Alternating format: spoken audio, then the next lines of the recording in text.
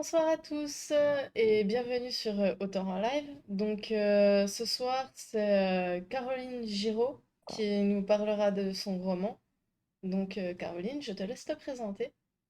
Bonsoir à tous, je m'appelle Caroline Giraud, j'ai 28 ans et je suis prof de philo dans les Ardennes, à Charleville-Mézières plus précisément, donc pas loin de la Belgique. Donc pour moi l'écriture c'est très occasionnel, c'est vraiment un hobby au même titre que le sport ou la lecture ou le dessin, j'aime bien le dessin aussi et je tiens vraiment à ce que ça le reste. Donc j'ai aucune, ni ambition ni désir d'en faire mon métier. Et du coup, quel âge as-tu? 28 ans. D'accord. Et depuis combien de temps tu écris? C'est assez dur à déterminer parce que ça fait longtemps, mais le souvenir le plus lointain que j'ai d'une tentative, d'écriture de roman, on va dire, même si ça faisait 30 pages écrites à la main, c'est quand j'étais en 6e. C'était une histoire de loup-garou dans le collège et le loup-garou, c'était ma prof de français dans mes souvenirs. Voilà, donc c'est quand même assez lointain. Après, j'ai publié un premier livre à 13 ans. C'était une publication à compte d'auteur, hein, parce que bon, moi, forcément, à 13 ans, je connaissais pas encore Oui. l'auto-édition. Mes parents sont pas du tout dans le milieu, donc on connaissait pas bien.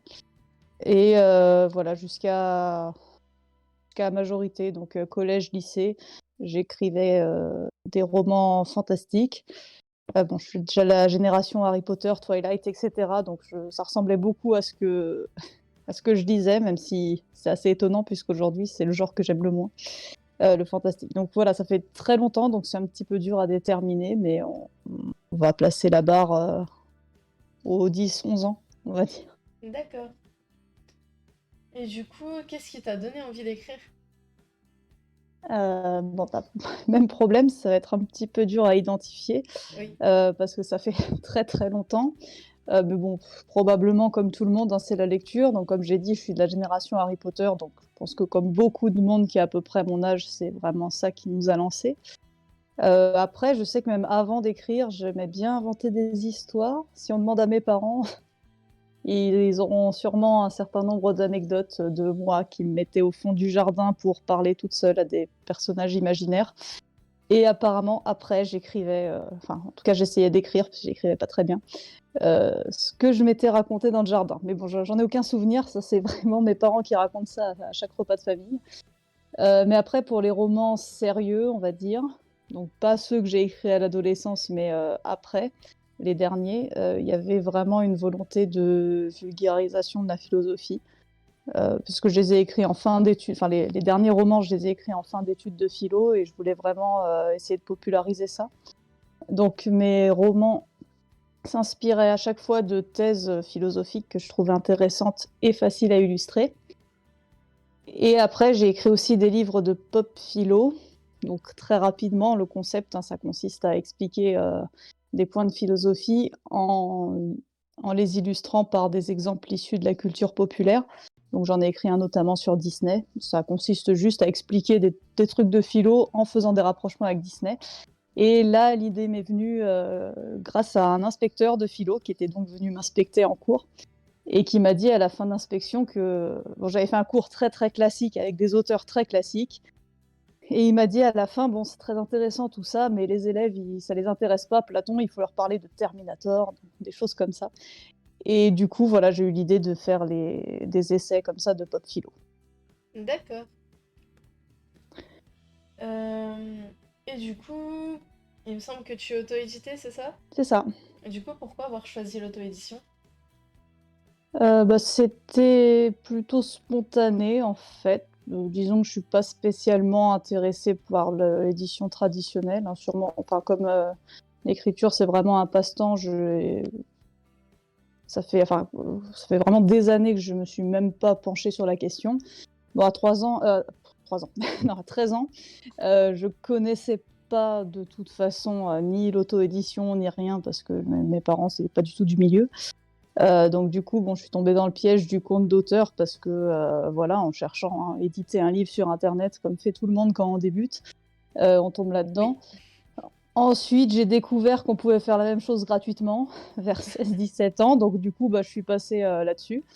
Et j'en suis jamais ressortie en fait, hein. Je pense que la dernière fois que j'ai regardé une maison d'édition traditionnelle, ça devait être quand j'avais 15-16 ans. J'avais bien fait quelques envois, mais bon, le souci, c'est que surtout à cet âge-là, ça coûte quand même cher d'envoyer des manuscrits, donc je suis vite passée à côté, j'y suis pas du tout revenue. D'autant que maintenant que j'y suis, hein, dans l'auto-édition, je suis quand même très satisfaite. J'aime beaucoup, dans ce que j'aime notamment, bon, j'ai dit tout à l'heure, j'aimais bien le dessin, j'aime aussi bien le graphisme. J'aime beaucoup faire mes couvertures moi-même. Euh, c'est même dès que je finis le premier jet d'un livre, en général, le premier truc que je fais, c'est la couverture, parce que j'aime vraiment beaucoup faire ça. Après, tout ce qui est mise en page, etc., bon, je m'en sors très bien en informatique, donc je suis contente de le faire toute seule. J'ai la chance d'avoir un ami agrégé de grammaire qui me sert de correcteur, qui est vraiment très très rigoureux et qui me sort des règles de grammaire dont j'ai jamais entendu parler parfois même. Après voilà, j'aime bien aussi faire la pub, être en contact avec les lecteurs, comme beaucoup d'auto-édités d'ailleurs, hein, c'est un argument qui revient souvent, j'ai l'impression. Et surtout, vraiment le truc qui me plaît beaucoup maintenant, en tant que prof, c'est le prix des livres numériques. Parce qu'en édition traditionnelle, les livres numériques sont souvent quasiment aussi chers, voire plus chers qu'un format poche, donc dans les 7-8 euros. Moi, j'ai commencé à enseigner en zone très défavorisée où j'avais des élèves qui pouvaient vraiment pas se permettre d'acheter un livre même à 7-8 euros, donc c'était vraiment beaucoup trop pour eux. Et du coup, je peux mettre tous mes romans et essais au format numérique à 1 euro. C'est très symbolique, moi je gagne quasiment rien dessus, mais au moins ça se diffuse assez bien. Et ça, c'est vraiment un truc, enfin des fois je me pose la question, sûrement comme tout le monde, si un éditeur me proposait spontanément, puisque c'est pas moi qui irais chercher, d'éditer un livre, à chaque fois j'ai ce petit blocage qui vient en me disant mais si je faisais ça, je pourrais plus mettre les livres à 1 euro. Oui, c'est sûr. Et ça, c'est vraiment, voilà, c'est vraiment quelque chose auquel je tiens beaucoup, parce que bon, j'écris pas pour être écrivain, mais pour être prof et pour populariser la philo surtout. Je pense qu'il y a très peu d'éditeurs qui accepteraient ça. Bah, de toute façon, je pense que c'est pas possible parce que le souci avec un éditeur traditionnel, c'est qu'il y a des gens qui ont travaillé dessus. Faut bien les payer, hein, que ce Oui. soit la personne qui a fait la mise en page, qui s'occupe de transformer le fichier. Mm. Donc de toute façon, il faut payer ces personnes-là. L'avantage, c'est que là, la seule personne qui travaille dessus, c'est moi. Et si moi, je veux pas être payée, donc c'est mon problème, quoi. Alors, bonsoir à Aliénor, à Lysandre et à Jérém, du coup.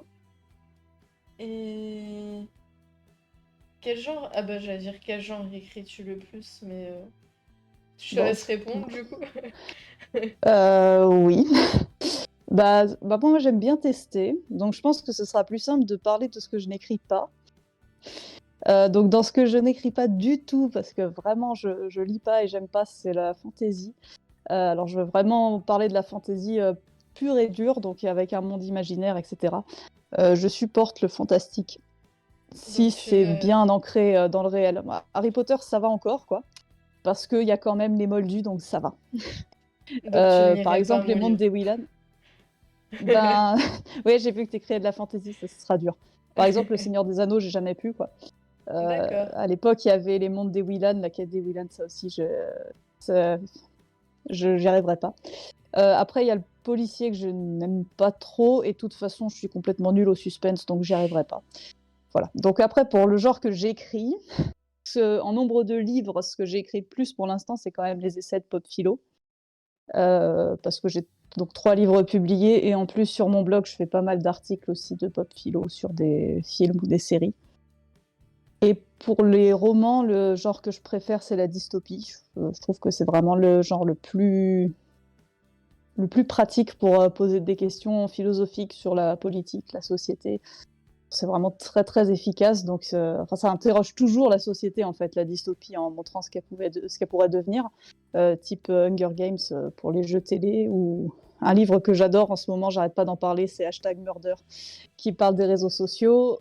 Pour partir dans les classiques, Le meilleur des mondes sur l'eugénisme. Donc la dystopie, c'est vraiment un genre qui permet de faire réfléchir, donc c'est le genre que je préfère, même si bon, j'ai pas écrit beaucoup de romans, donc c'est pas forcément ce que j'ai écrit le plus pour l'instant.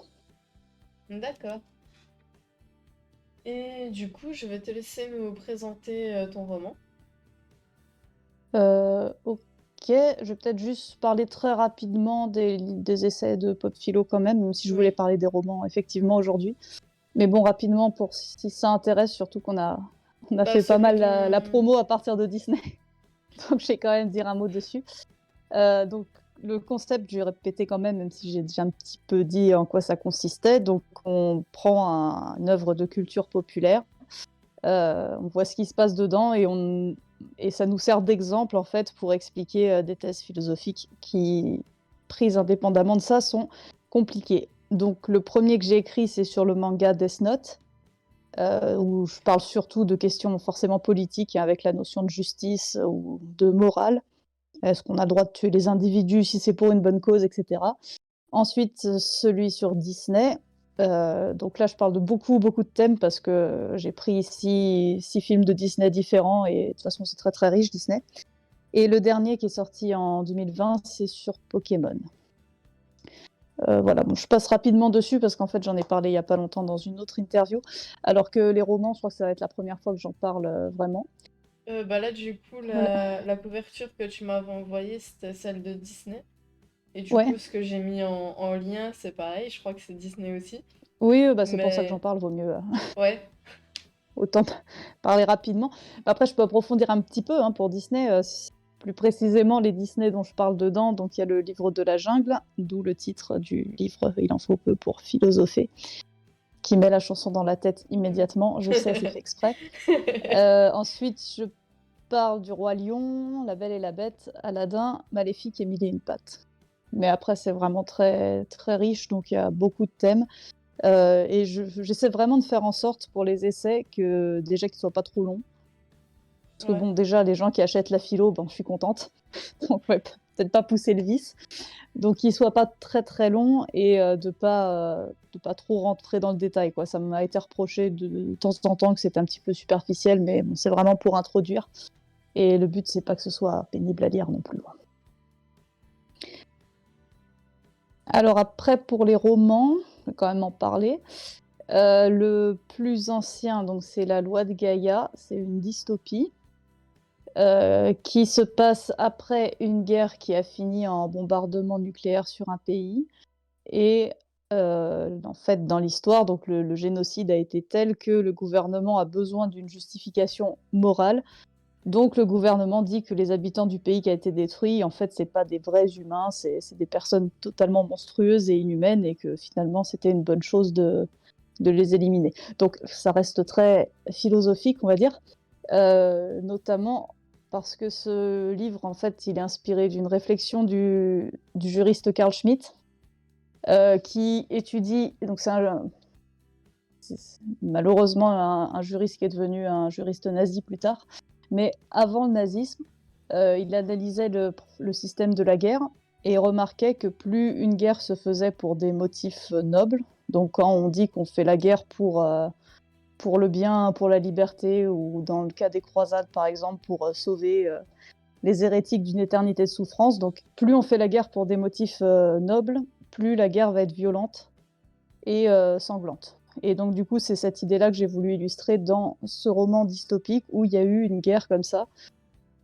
qui s'est fait pour des bons motifs. On a dit dans ce pays, il n'y a que des personnes, que des criminels, donc il faut les éliminer. Et donc du coup, le... la guerre a été beaucoup plus violente que ce qu'elle aurait été si ça avait été juste un conflit de territoire, par exemple. ok.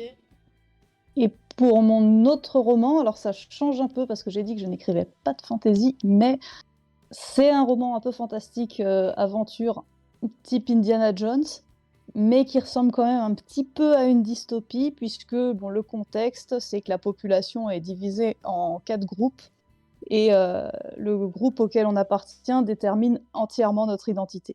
Donc il y a par exemple comme groupe les érudits, qui sont intelligents et qui se comportent vraiment que comme tous les autres érudits, quoi. Il y a aucun libre arbitre, il y a un déterminisme social absolu.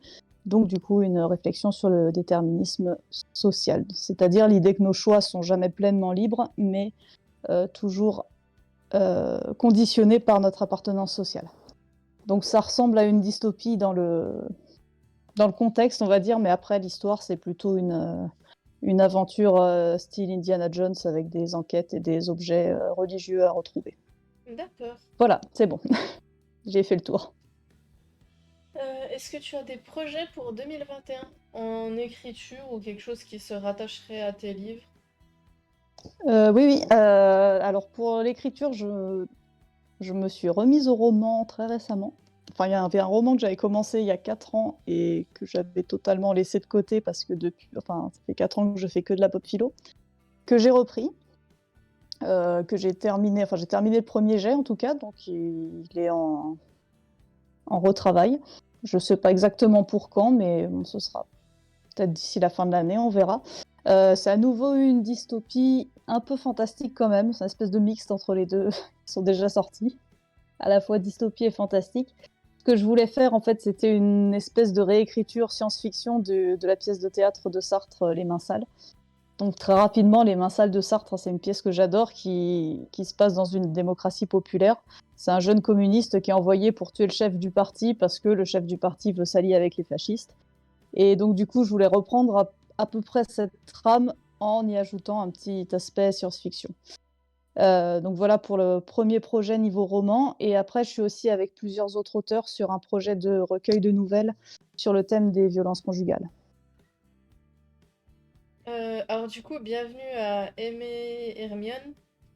Et du coup, elle demande quel est le titre du second roman évoqué, type Indiana Jones. Masque. Oui, je l'ai peut-être pas dit, désolé. Oui, Masque au pluriel. d'accord. Et du coup, est-ce que tu as un conseil à donner aux personnes qui souhaitent se lancer? Franchement, le conseil que j'ai à donner, c'est que mais faut y aller quoi.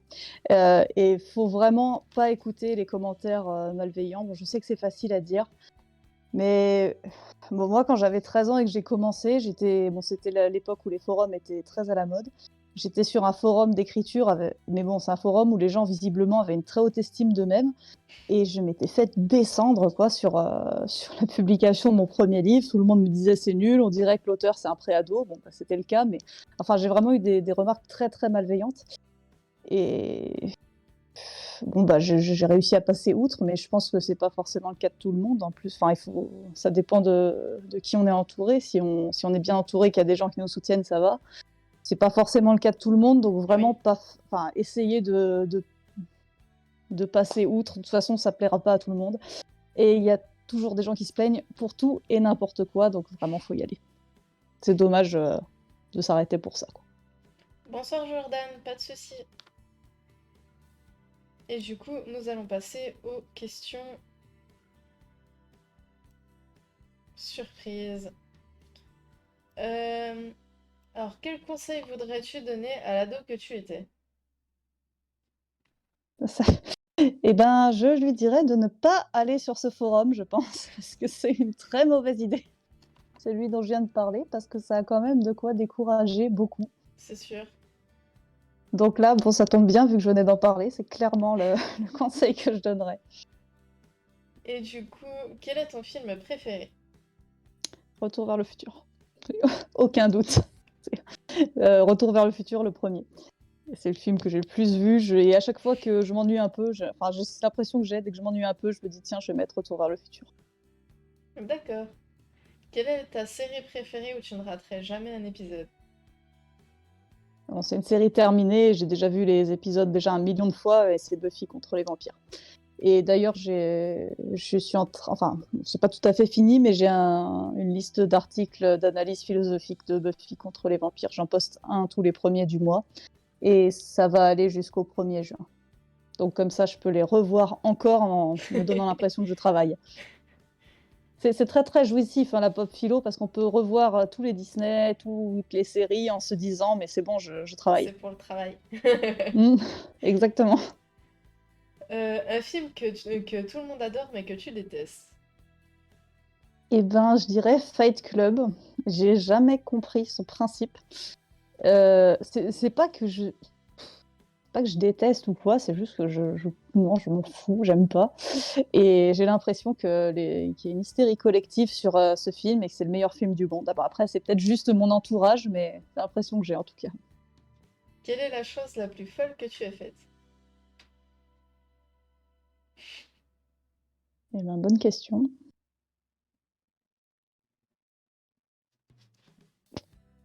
J'avoue que tu me poses une colle. Euh, J'ai pas un tempérament à choses folles, hein, je crois. Bah si, j'ai fait un truc totalement taré. Je vais quand même le dire, c'est pas grave, tout le monde va me prendre pour une groupie.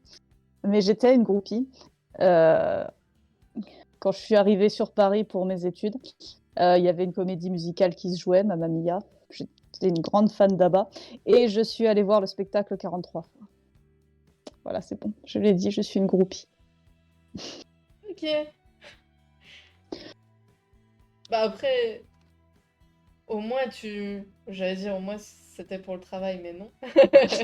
Bah, non, mais Là, ça non marche seulement pas. c'était pas pour le travail, mais en plus ça coûte cher hein, d'aller voir une comédie musicale. Donc 43 fois, on va dire 25 euros, c'était la place la plus chère. J'ai pas toujours pris la place la moins chère. Pardon, la moins chère, c'était 25. Donc ça fait au moins 43 fois 25, plus les fois où j'ai acheté des places plus chères. Si ça peut te rassurer, personnellement, je suis fan de K-pop et il y a un groupe que j'aime beaucoup, avec un membre que j'aime beaucoup aussi. Et il y a eu un gros concert de K-pop en 2016. Et il y avait ce fameux membre était là. C'était le seul qui était présent. Et il était présent pour présenter, animer un peu le concert, etc. En gros, c'était la personne qui parlait vite fait entre les chansons et tout ça des autres groupes. Et du coup, moi, je suis allée à ce concert, donc j'ai payé le voyage jusqu'à Paris depuis le sud de la France. J'ai acheté une place, une des plus chères, juste pour voir le monsieur qui parle. Ouais. Mais bon, c'est une fois. Parce que dans les C'est- 43 fois, et c'était pas que à Paris, il y avait la tournée aussi. Mais voilà, je pense qu'on est à peu près pareil. Oui, bon. Euh, Ce qui du me coup, rassure surtout, c'est que je sais que j'étais pas la seule à avoir fait ça et qu'il y avait des gens qui l'ont vu beaucoup plus que 43 fois dans le groupe des groupies. nous allons dire au revoir aux personnes de YouTube. Donc, au revoir. Merci à vous d'avoir regardé cette vidéo jusqu'à la fin. N'hésitez pas à lâcher des pouces, à commenter, etc. Ce qui fait vivre la chaîne. Et c'est ultra important pour nous, pour la faire évoluer et tout ça. Et, et à bientôt!